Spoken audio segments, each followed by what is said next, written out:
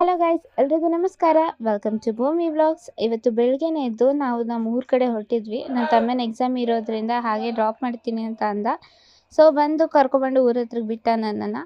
ಆಮೇಲೆ ನಾನು ಸ್ವಲ್ಪ ಹೊತ್ತು ರೆಸ್ಟ್ ಮಾಡಿ ಆಮೇಲೆ ಕುಯ್ಯೋಣ ಅಂತ ಕರ್ಕೊಂಡು ಹೋದ್ರು. ಆದರೆ ನನಗೆ ಅದನ್ನು ಹೇಗೆ ಆಯ್ಬೇಕು ಅಂತಲೂ ಗೊತ್ತಿಲ್ಲ. ಅದಕ್ಕೋಸ್ಕರ ನಮ್ಮ ಅಜ್ಜಿನೇ ಎಲ್ಲ ಕೂದಾಕಿ ಕೊಡ್ತಾಯಿದ್ರು, ಇಟ್ಕೊಂಡಿದ್ದಷ್ಟೇ. ಸೊ ಅದನ್ನೆಲ್ಲ ಮುಗಿಸ್ಕೊಂಡು ನಾವು ರಿಟರ್ನ್ ಬಂದ್ವಿ. ನೋಡಿ, ರಿಟರ್ನ್ ಬರಬೇಕಂದ್ರಂತೂ ಈ ಥರ ಇದೆ ನಮ್ಮ ಮನೆ ವಾತಾವರಣ. ಸುತ್ತಲೂ ಹಸಿರಿದೆ. ಯಾರೋ ಗೊತ್ತಿಲ್ಲ, ಅಲ್ಲಿ ಕುಡಿದು ತಿಂದು ಎಲ್ಲ ಅಲ್ಲೇ ಜಗಲಿ ಮೇಲೆ ಇಟ್ಬಿಟ್ಟು ಹೋಗಿದ್ರು. ನಿಮಗೆ ಕಾಣಿಸ್ತಿರ್ಬೋದೋ ಇಲ್ವೋ ಗೊತ್ತಿಲ್ಲ ನನಗೆ. ಸೊ ನೋಡಿ, ಫುಲ್ಲು ಅಂದರೆ ಆ ಬಕೆಟ್ ತೊಗೊಂಡೋಗಿದ್ದು ಬಕೆಟು ಪೂರ ತುಂಬಿಸ್ಬಿಟ್ಟಿದ್ರು ನಮ್ಮ ಅಜ್ಜಿ ಎರಡರಿಂದ.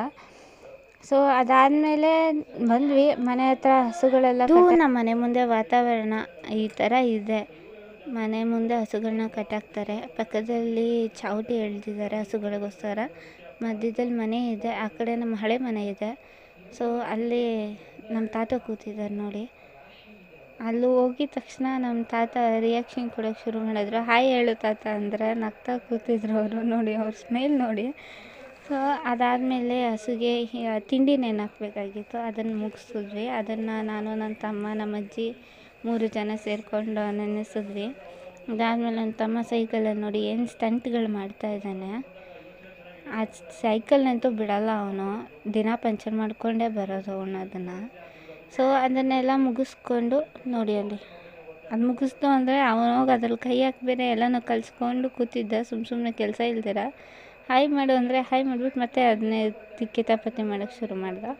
ಅದಾದಮೇಲೆ ನಮ್ಮ ಮಾವ ಹಸು ಹಾಲು ಕರ್ಕ್ತಾಯಿದ್ರು. ಸೊ ಮಿಷಿನ್ ಯೂಸ್ ಮಾಡ್ತಾರೆ. ನನಗೆ ಹೇಗೆ ಯೂಸ್ ಮಾಡ್ತಾರೆ, ಹೇಗೆ ತೆಗಿತಾರೆ ಏನೂ ಗೊತ್ತಿಲ್ಲ ನನಗೆ.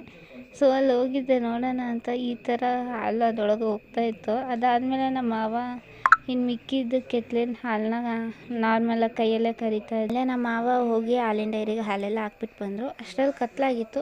ಸೊ ಇದಾಗಿತ್ತು ಇವತ್ತಿನ ವೀಡಿಯೋ ಗೈಸ್. ಮತ್ತೆ ಮುಂದಿನ ವೀಡಿಯೋದಲ್ಲಿ ಸಿಗ್ತೀನಿ ಅಂತ ಹೇಳ್ತಾ, this is Bhoomika signing off. ಮತ್ತೆ ಸಿಗುವ.